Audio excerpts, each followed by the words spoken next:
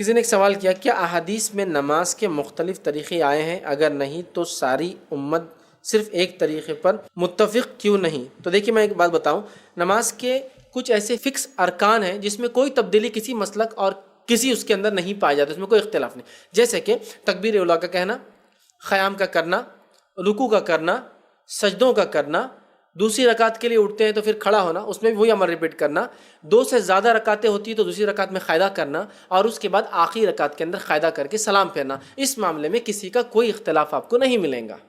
ہوگی بات ہے، کوئی اختلاف نہیں ملے گا کسی کا بھی کہ نہیں ہمارے نزدیک رکوع نہیں، ہمارے نزدیک سجدے نہیں، ہمارے نزدیک قیام نہیں، ہمارے نزدیک قاعدہ نہیں، کہیں نہیں ملیں گا آپ کو. ٹھیک، تو یہ بات تو فکس ہو گئی کہ نماز کی کچھ چیزیں ہیں جو بالکل فکس ہے، اس میں کوئی تبدیلی نہیں، کسی مسلک میں نہیں ہے. ٹھیک ہے، ایک بات ہو گئی. دوسرا، کچھ چیزیں اس کے اندر ایسی ہیں جس میں بہت ساری تبدیلیاں آ سکتی ہیں لیکن وہ اختلاف نہیں ہے، سب درست ہے. جیسے کہ نبی اکرم صلی اللہ علیہ وسلم نماز کے اندر سبحانک اللہم و بحمدک تبارک اسمک یہ شروعات میں پڑھتے، اللہ کی ثنا کرتے، اللہ کی تعریف کرتے. لیکن اس کے علاوہ نبی اکرم صلی اللہ علیہ وسلم سے کئی دعائیں ثابت ہیں، کئی دعائیں. کچھ دعائیں تو اتنی ہیں کہ 2 صفحات پہ عربی کے اندر ہے جو آپ صلی اللہ علیہ وسلم رات میں پڑھا کرتے تھے، فجر کے اندر آپ نے نماز سے پہلے پڑھا. تو کئی دعائیں ہیں، تو اس میں اختلاف نہیں ہے. وہ ایک نے ایک دعا لے لی، ایک نے ایک دعا لے لی، تو اختلاف نہیں ہے، وہ بھی صحیح ہے اور یہ بھی صحیح ہے. سمجھے آپ بات کو؟ یہ ہو گیا. کچھ ایسے اعمال ہیں جو خود نبی اکرم صلی اللہ علیہ وسلم نے ایک سے زیادہ کیے نماز کی حالت کے اندر.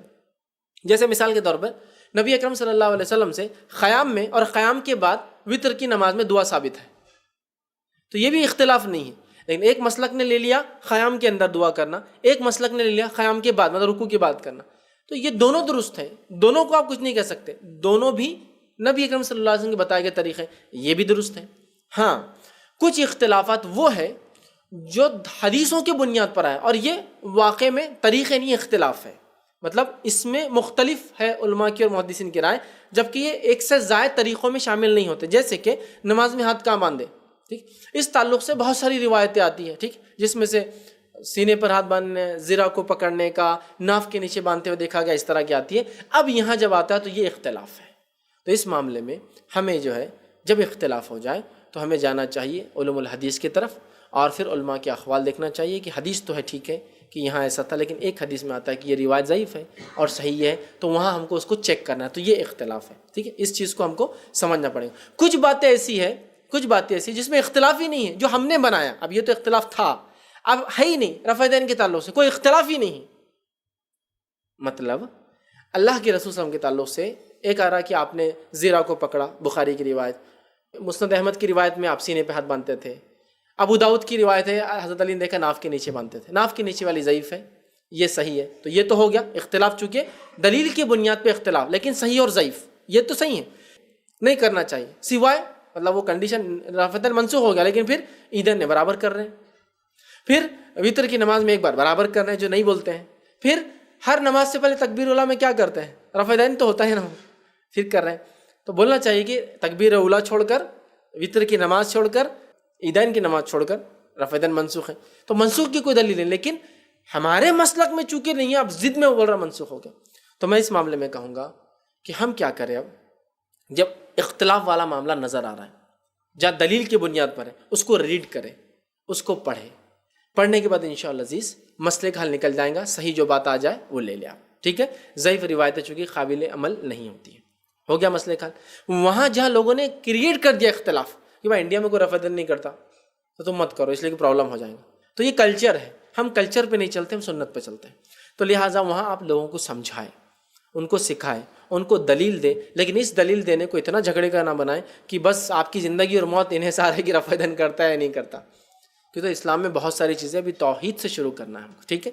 تو لہٰذا بتائے بولنا ہے، اب آپ کو نہیں کرنا ہے تو بس معاملہ ختم. میں نے اس پہ ایک جواب دیا تھا رفع دین کے تعلق سے کچھ غلط فہمیاں شبہات اور اس کا جواب، اس لیے کہ بہت سارے لوگ سوال کر رہے تھے کہ رفع دین کے تعلق سے روایتیں نہیں بول کر ہیں، تو نہیں بول کے کوئی حدیث آپ کو انشاءاللہ عزیز نہیں ملیں گی. یہ ہے، لہٰذا اس کو ہٹانا چاہیے. کچھ اختلاف ہوتے ہیں جس میں صحیح حدیث کی طرف جانا چاہیے، کچھ باتیں تو فکس ہے. کسی کے نزدیک بھی قیام نہیں ایسا نہیں ہے، رکوع نہیں ایسا نہیں، سجدے نہیں ہیں.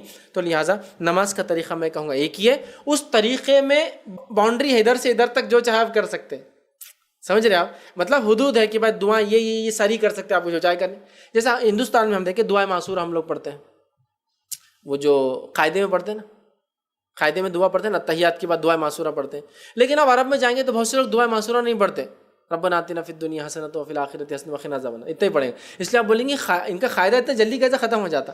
درود پڑھتے، سلام پڑھتے، مطلب درود و سلام کرتے، مطلب پہلے تحیات پڑھتے، اس کے بعد درود ابراہیم پڑھتے اور ربنا آتنا فی الدنیا حسنۃ وفی سلام۔ کچھ یہ ہے، یہ دعا سنت ہے، واجب نہیں ہے، اسکپ بھی کر دیے تو نماز درست ہے آپ کی۔ تو کیا کرتے ہیں، تحیات پڑھتے ہیں، درود پڑھتے اور سلام پھیر دیتے ہیں۔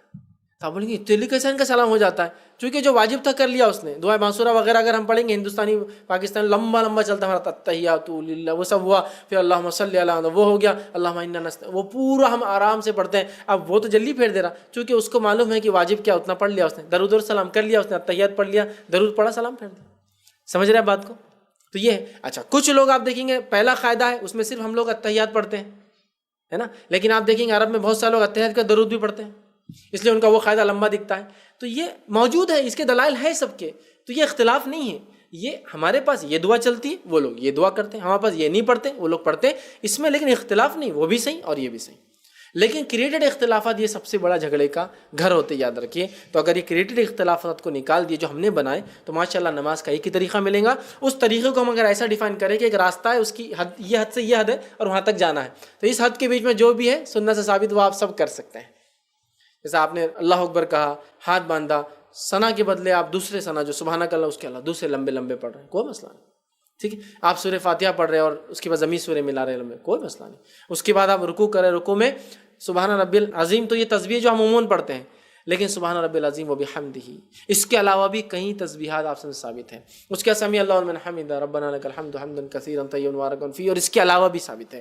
اس کے بعد آپ نے سجدہ کیا، سجدے میں سبحان ربی الاعلیٰ کے علاوہ بھی آپ صلی اللہ علیہ وسلم بہت بھی کہتے ہیں سبوح قدوس رب الملائکۃ والروح، اور بھی ایسے دعائیں ہیں جو ملتی ہے سبحان ربی الاعلیٰ کے بعد پڑھتے وہ کرتے۔ پھر آپ سجدے سے اٹھتے، سجدے سے اٹھنے کے بعد ہندوستان پاکستان میں ہم لوگ دعا نہیں کرتے، لیکن نبی اکرم صلی اللہ علیہ وسلم اس میں بھی دعائیں کرتے ہیں، جس میں سب سے چھوٹی دعا تھی رب اغفر لی، رب اغفر لی، رب اللہ میری مغفرت کر، اللہ میری مغفرت کر، آپ پڑھتے تھے، ٹھیک ہے، قاعدے سے دو سجدوں کے بیچ میں۔ اس کے علاوہ بھی آپ پڑھتے تھے رب اغفر لی وارحمنی وارزقنی والعافینی واہجرنی، بہت لمبی دعا ہے وہ بھی، آپ وہ بھی کرتے تھے، آپ کرنا ہے تو وہ بھی کیجیے۔ تو یہ سب میں بولو نا، نماز اگر تکبیر سے شروع ہو کر تسلیم پہ ختم ہوتا ہے تو یہ اگر حد ہے تو اس کی ایسی بھی باؤنڈری ہے جس کے بیچ میں بھی آپ کر سکتے ہیں، سمجھ رہے آپ؟